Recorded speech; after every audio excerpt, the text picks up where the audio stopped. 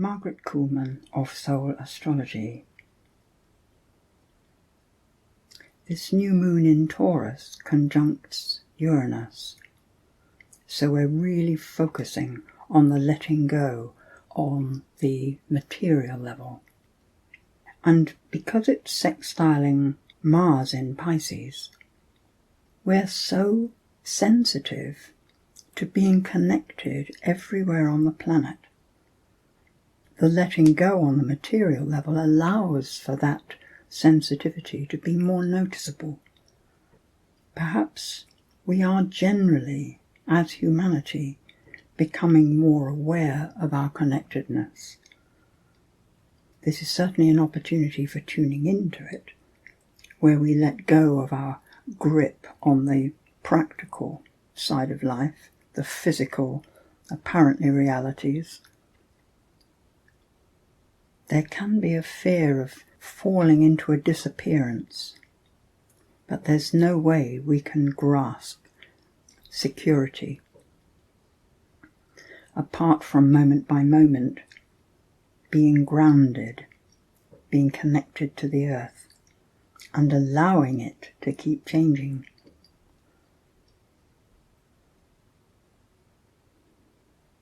The energy of Uranus suggests coming and going, so it could be that we slide between the realms more easily, which can feel very unstable.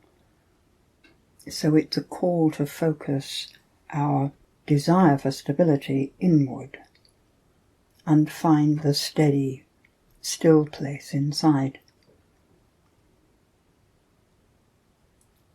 The other pattern that's showing itself in the chart is really very striking. Mercury has just gone into Gemini.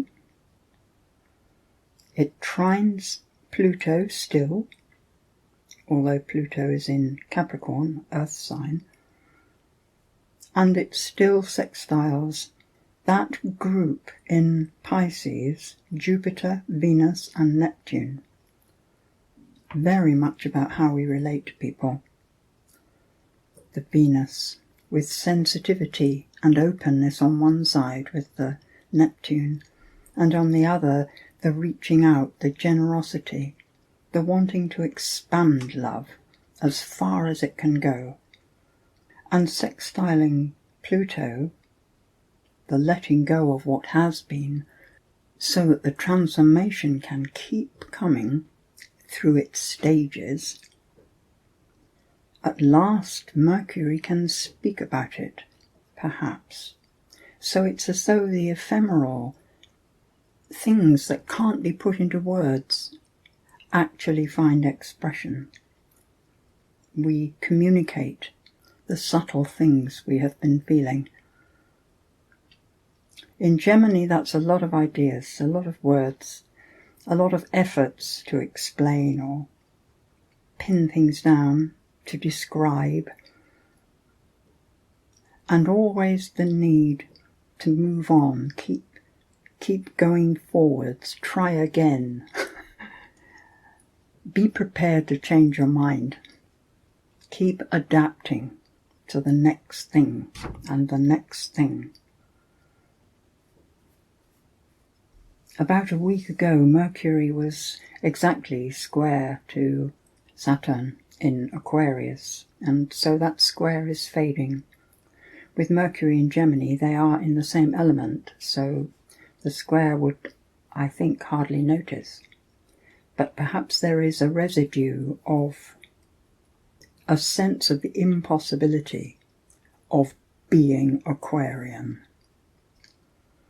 And in that gap of faith, all sorts of efforts to control the organisation of humanity on a practical, physical, financial level can get in.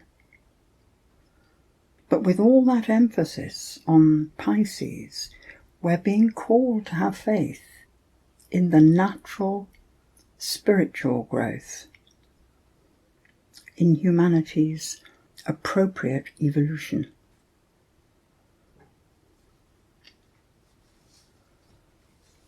The full moon chart brings things to another stage. Just before the full moon, several things will have happened. The asteroid series notices for me this month. Ceres has to do with crops, as in cereal, food, harvesting. The symbol of Ceres is a little sickle. It's not shown in the chart here, but at the full moon, Ceres will move from Gemini into Cancer. And Cancer is about caring, nurturing, feeding. So it becomes really important. It moves quite fast, but it's just that full moon point that struck me. Jupiter will have moved into Aries on the 10th of May, while from the 9th of May, Mercury is retrograde until the 2nd of June. And lots of changes. And the full moon itself, and the Sun, of course, both form this T-square with Saturn, as though the difficulties of implementing the Aquarian way are even more important. When squares show up so importantly in a chart, it's a sign that the whole pattern is being worked on. So the full moon chart is indicating that we will be working on sorting out how to share equally the resources that we have. With Mercury being retrograde, there will be a looking back to see how the situation has come about. And the important thing with that, the really important thing, is not to get into blaming. It's an incredible waste of energy and a distraction from what's really important. Any failing or fault seen in the past is something to be adjusted and solved. Gemini retrogrades back into Taurus, so the communication does again focus on practical necessities, and very much with it trining Pluto, getting those practicalities to work, really changing the whole thing. Any kind of authority, back to Saturn, is likely to resist that change, being somewhat fixed in its ways, as we know. So the month continues with lots of energy, lots of emotion, lots of connectedness, with the Mars having reached Neptune. So the intuition of our connecting, our oneness, becoming even stronger, and linking to the moon in Scorpio, where it's our emotions we're sharing, the deeper suffering places. Because the Mars-Neptune are in Pisces, the suggestion is that the real strength is through spiritual contact. It is on the spiritual level that we are one. On the psychic level, it notices quite strongly that we're all connected, but we are one in the spirit. Many, many ways of expressing that one. They're speaking of diversity in unity. These are ideas, but this is a good month for actually owning them, endeavouring to embody it, and knowing, being aligned with the light that comes in, that is everywhere, but is pressing into our illusion of materiality being solid. This whole month is a call to allowing the light in, the light of love. And of course it has to start within, at home, in our own family, in our own self. At the full moon, the Venus has shifted right beside Chiron in Aries. It's very much about loving the small self and not judging or criticizing our behavior, but simply smiling at it and moving on, being authentic, being real.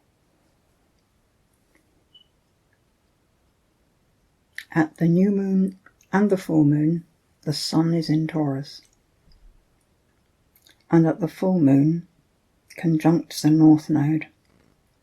So learning how to relate to the physicality of our material existence is prime.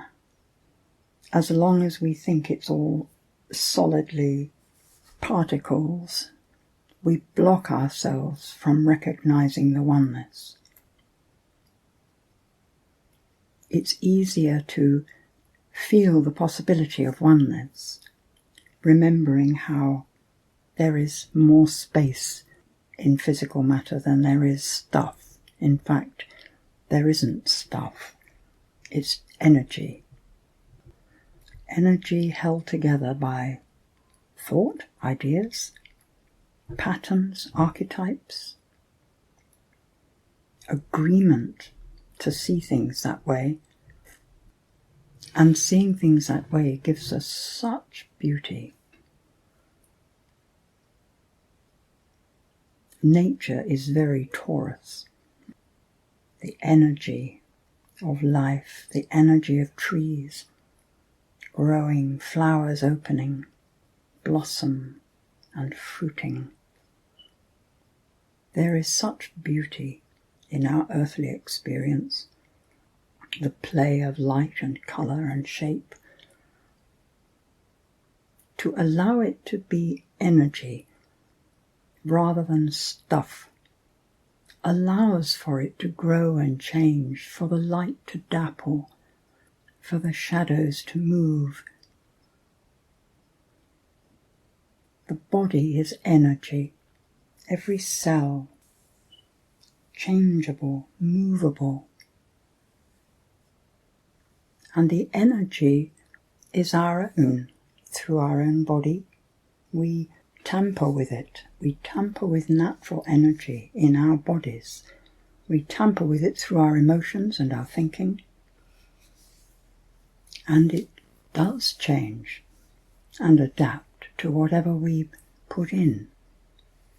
Food for thought.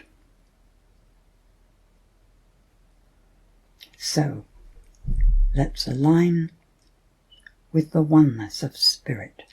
Be spirit, having a human life, and enjoy it. Thank you.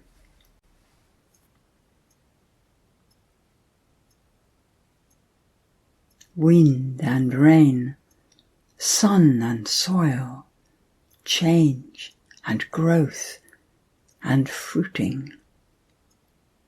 Nature energy ripples through the earth, stirring the oceans, the mountains, the clouds. Rainbows and ice bows glitter the skies, and creatures massage the ground. Be and stand, awake and alive, your human spine connecting deep earth and wide universe, observing with your heart and hands, creating beauty with your love, love surrounding you.